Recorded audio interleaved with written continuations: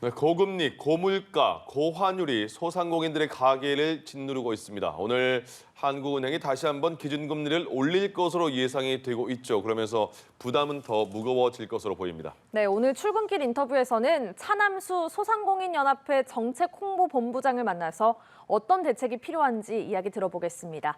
뉴스캐스터 연결합니다. 이민재 캐스터. 네, 출근길 인터뷰입니다. 오늘은 차남수 본부장과 함께 이야기 나눠보겠습니다. 안녕하십니까? 네, 안녕하십니까? 네, 먼저 고물가 고금리 상황이 계속되면서 채무 조정과 개인 회생을 알아보는 소상공인도 많다고 합니다. 얼마나 심각한 수준일까요?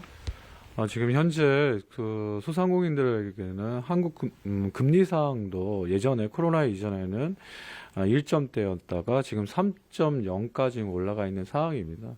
또한 지금 부채 같은 경우에도 코로나 이전에는 한 684조 정도 됐는데 지금 997조, 거의 1000조에 가깝습니다.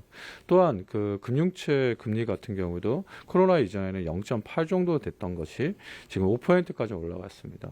소상공인들은 현 상황은 이자 비용도 감당하기가 너무 어려운 현실적인 상황이다. 어려운 상황이다. 이렇게 말씀드릴 수 있을 것 같습니다. 네, 정부가 소상공인들의 대출 부담을 좀 줄여주기 위해서 8조 500억 원 규모의 저환율 대환대출 프로그램을 마련을 했습니다. 그런데 목표 금액의 5%도 채우지 못했다고요? 네, 맞습니다. 소상공인들에게 그래도 어느 정도 정부가 신속하게 정책을 발휘한 건 맞습니다. 금리 정책을. 하지만 지금 이번에 대환대출 같은 경우에는 가계 대출을 포함하지 않고 사업자 대출에만 들어갔습니다. 일반적으로 사업자 대출 같은 경우에는 저금리로 한 5% 내외 정도밖에 안 됩니다. 실질적으로 지금 그 전환 대출은 7% 내외로 전환해 준다는 거거든요. 그러면 사업자 대출에는 큰 의미가 없지 않습니까? 그래서 가계 대출 같은 경우에는 보험사라든지 카드사, 제2금융권에서 대출 받았기 때문에 평균 15%가 넘어갑니다.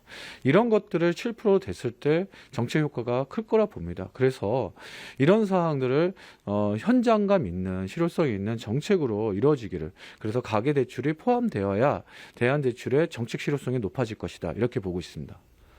네, 이렇게 연체 없이 버티고 있는 소상공인들에게 어떠한 지원이 필요하다고 보십니까? 앞에서 말한 것처럼 현재 상황은 매우 엄중한 상황입니다. 그렇다고 국가도 정부도 재정 투입을 무한대로 할 수는 없는 상황이라는 걸 알고 있습니다.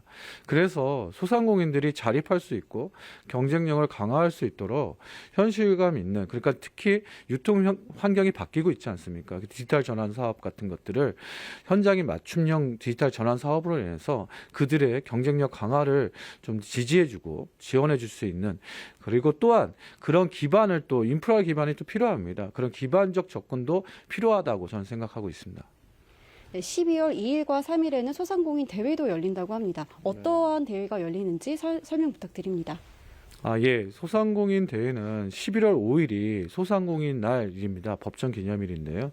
근데 이번에는 올해 같은 경우에는 국가 애도 기간으로 인해서 불가피하게 연기할 수밖에 없는 상황이었고, 그 연기한 그 일정이 언제냐면 12월 2일하고 3일날 일산 킨덱스에서 이뤄지게 됩니다.